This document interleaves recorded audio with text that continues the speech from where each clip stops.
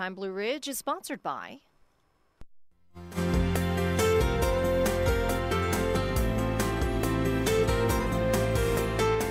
the fireworks and excitement of Independence Day is all fun and games for us, but for our pets, it can be a terrifying experience. So here with some helpful information and tips to keep our pets calm is veterinarian Courtney Weigard. Thank you so much for coming in. You're welcome. And you have brought Derby. This is Derby. He's a 14-week-old golden retriever puppy. I stole him from a friend for today. Well, I'm glad that you brought him in. So let's talk about the 4th. What's the scariest part for pets about it?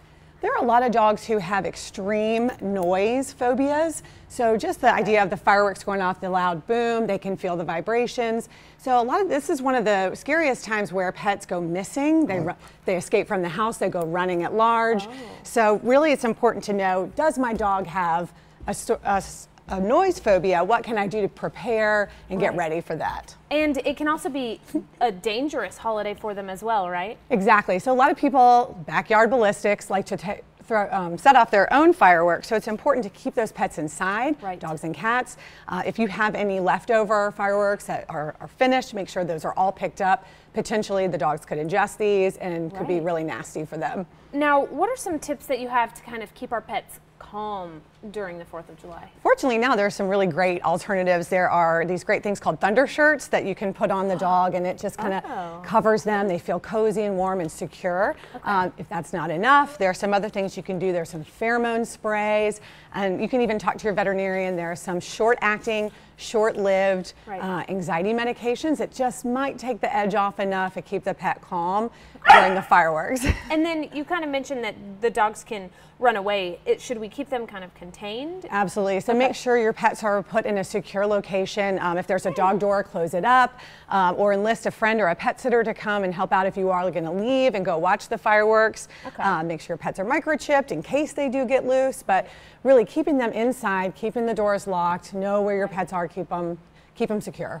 Okay, and then one of your tips is kind of to make sure you clean right after the fireworks, right? Exactly. So making sure that they don't pick up anything that's left over.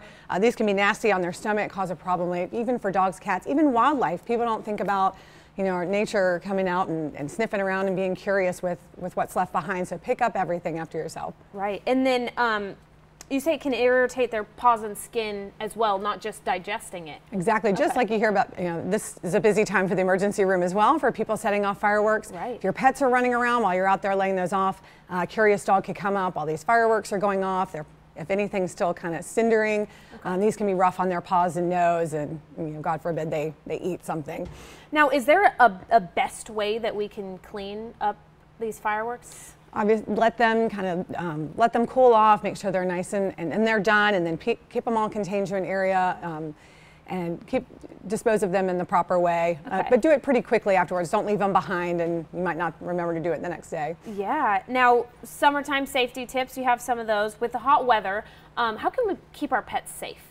The best rule of thumb is do not take your pet in the car in the hot heat, no matter what. Even if you've got the air conditioning running or windows down, it gets pretty hot very quickly, like within a matter of minutes. So leave your pet at home. Don't put them in the car unless you're going somewhere and they can come inside with you.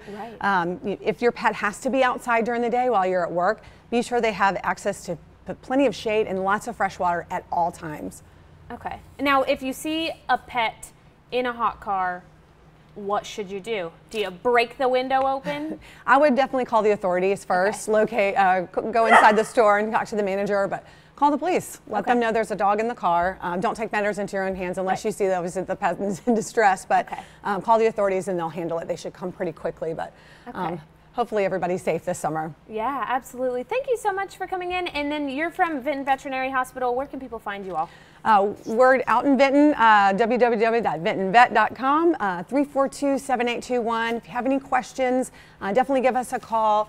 If you're worried about an ingestion or emergency and we're not open, definitely call the emergency clinic or poison control. Okay. Courtney, thank you so much for coming in, and thank you, Derby.